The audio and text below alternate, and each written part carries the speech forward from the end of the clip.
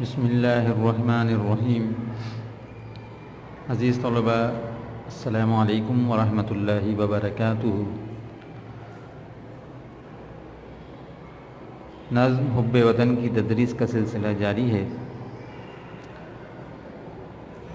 نظم میں آنے والے نئے الفاظ کے معنی، بلند خوانی، اشعار کا مفہوم ہم نے سمجھ لیا تھا۔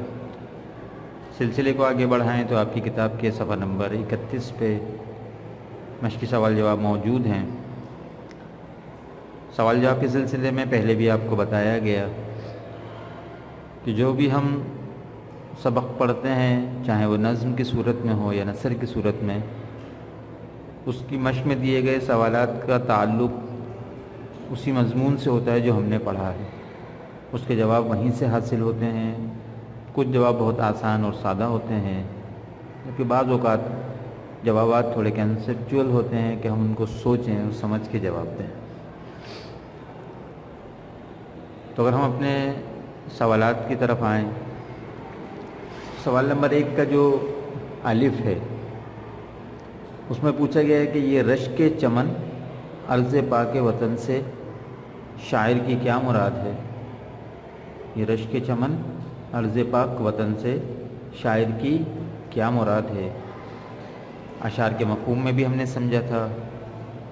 اس کا جواب ہم اس طرح لکھیں گے کہ یہ رشک چمن عرض پاک وطن سے شاعر کی مراد ہمارا وطن پاکستان ہے، جو کہ ایک خوبصورت باغ کی طرح ہے، جس کی مٹی بھی ہمارے لیے قابل احترام ہے، کیونکہ اس مٹی میں شہیدوں کا خون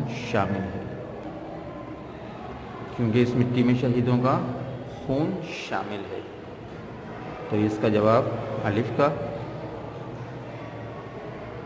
دوسرا حصہ دیکھیں سوالات کا بے، کہ حب وطن کا کیا مطلب ہے؟ تو اس کا جواب ہم اس طرح لکھیں گے کہ حب وطن کا مطلب ہے اپنے وطن سے محبت کرنا، اور حب الوطنی ہی ملک و قوم کے لیے ہر قسم کی قربانی دینے کے لیے آمادہ کرتی ہے۔ آسان مفہوم اس کا تو ہے کہ اپنے وطن سے محبت کرنا۔ تھوڑی سی وضاحت کہ حب الوطنی یعنی وطن سے محبت ہی ہوتی ہے جو ملک و قوم کے لیے ہر قسم کی قربانی دینے پر آمادہ کرتی ہے۔ یہ بے کا جواب تھا۔ باقی یہ ہے، میں آپ کو سمجھا دیتا ہوں سوالات، ان کے جوابات آپ خود دیکھ کے لکھیں گے۔ سوال جیم، کہ زندہ قوم میں شمار ہونے کے لیے شاعر نے کیا کہا ہے؟ اس کا جواب آپ اس طرح لکھیں گے کہ شاعر فرماتے ہیں کہ زندہ قوموں میں ہمارا شمار اسی وقت ممکن ہے کہ جب ہم محنت کرنے میں شرم محسوس نہ کریں۔ اس کا آپ اس طرح لکھیں گے کہ شاعر فرماتے ہیں کہ زندہ قوموں میں ہمارا شمار اسی وقت ممکن ہے جب ہم محنت کرنے میں شرم محسوس نہ کریں۔ اس کا آپ اس طرح لکھیں گے مختصر سا جواب۔ اس کے بعد چوتھا یعنی دال، کہ ہم اپنے وطن کو کس طرح ترقی دے سکتے ہیں؟ آسان ہے۔ اس کا جواب اس طرح لکھیں گے کہ ہم علم حاصل کر کے، آپس میں اتحاد قائم کر کے اور اسلامی تعلیمات پر عمل کر کے اپنے وطن کو ترقی دے سکتے ہیں۔ 3 چیزیں اس میں آپ بیان کریں گے کہ علم حاصل کر کے، آپس میں اتحاد قائم کر کے اور اسلامی تعلیمات پہ عمل کر کے ہم اپنے وطن کو ترقی دے سکتے ہیں۔ اسی انداز میں اس کا جواب لکھا جائے گا۔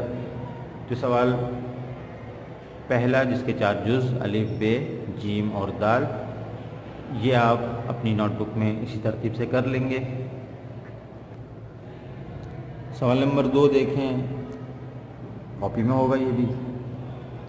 کچھ جملے دیے گئے ہیں اور ان میں کہا گیا کہ جو صحیح ہیں ان کے آگے درست کی علامت لگا دیں، اور اگر وہ غلط ہے تو اس کے آگے کراس کا نشان، یعنی غلط ہی، یہ صحیح اور یا غلط۔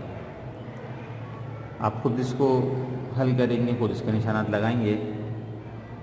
یہ کہتے ہیں کہ ہمارا وطن ملک خدا داد ہے، نظم میں ہم نے پڑھا تھا، اب آپ کو یاد ہے تو صحیح ہے تو صحیح کا نشان، اور اگر غلط ہے تو غلط کا نشان۔ اس کے بعد دوسرا ہے ہمارا وطن اسلام کا قلعہ ہے، تو اس کو بھی آپ سوچ کے اپنی معلومات کے مطابق اس کو دیکھیں گے، اس کو حل کریں گے۔ تیسرا ہے وطن کی مٹی قابل احترام ہے، یہ بھی آپ خود یہ سمجھ سکتے ہیں۔ اور آخری ہے کہ ہمیں مل کر قوم کی بھلائی کے کام کرنے چاہیے۔ چاروں آسان ہیں، یقیناً آپ کر سکتے ہیں۔ اس کے بعد سوال نمبر 3 ہے، خالی جگہ ہیں کہ نظم حب وطن کے مطابق مناسب الفاظ سے مصرع مکمل کیجیے۔ سامنے آپ کے نظم موجود ہے، یہ مصرع دیکھیں گے اور یہاں پہ جو الفاظ کم ہے اس مصرع سے دیکھ کے اس کو یہاں پہ مکمل کر لیں گے، یہ بھی کاپی میں ہوگا۔ آسان ہے، عطا ہے، ڈیش ہے، اللہ کی، یہاں جو لفظ یا الفاظ کم ہیں وہ سامنے نظم موجود ہے، اس کو دیکھ کے یہاں پہ مکمل کر لیں گے۔ اس طرح بے میں وطن کے جیالے ڈیش بنے، یہاں پہ کیا آئے گا یہ آپ مصرع دیکھ کے لکھیں گے۔ تیسرا ہے نہ ہو ہم کو محنت مشقت سے ڈیش، اور آخری ہے اخوت ہو ہم میں ڈیش ہو۔ یہ چاروں خالی جگہ آپ مصرع دیکھ کے مکمل کر لیں گے۔ سوال نمبر 3 تھا۔ چوتھا سوال کہ اس نظم کے دیگر ہم آواز الفاظ یعنی قافیے لکھیے، اور اس کو سمجھ لیتے ہیں کہ جو ہمارا ایک شعر ہے، جو 2 مصرے ہیں جو آمنے سامنے، یہ ملتے جلتے الفاظ ہم آواز الفاظ ایک ہی شعر میں آپ کو نظر آئیں گے۔ جیسے مثال کے طور پہ اگر ہم نے پہلا شعر ہم نے پڑھا تھا کہ یہ رشک چمن عرض پاک وطن، بڑی محترم ہے یہ خاک وطن، تو اس شعر میں پاک اور خاک جو ہے یہ ہم آواز الفاظ ہیں یعنی قافیے ہیں، پاک اور خاک۔ اس طرح یہاں پہ انہوں نے جگہ دیا پاک اور خاک، عنایت اور رحمت، یاد اور خدا داد، یہاں پہ 3 دے دیے گئے ہیں۔ اس کے علاوہ باقی جو اشعار بچے ہیں آپ تمام اشعار دیکھیں گے، اور اس میں سے جو آپ کو الفاظ اس میں سے ملیں گے، جو ہم قافیہ ہوں گے، ہم آواز ہوں گے، ان کو آپ اسی طرح لکھ لیں گے جیسے یہ لکھا ہوا ہے کہ پاک خاک، عنایت رحمت، یاد خدا داد۔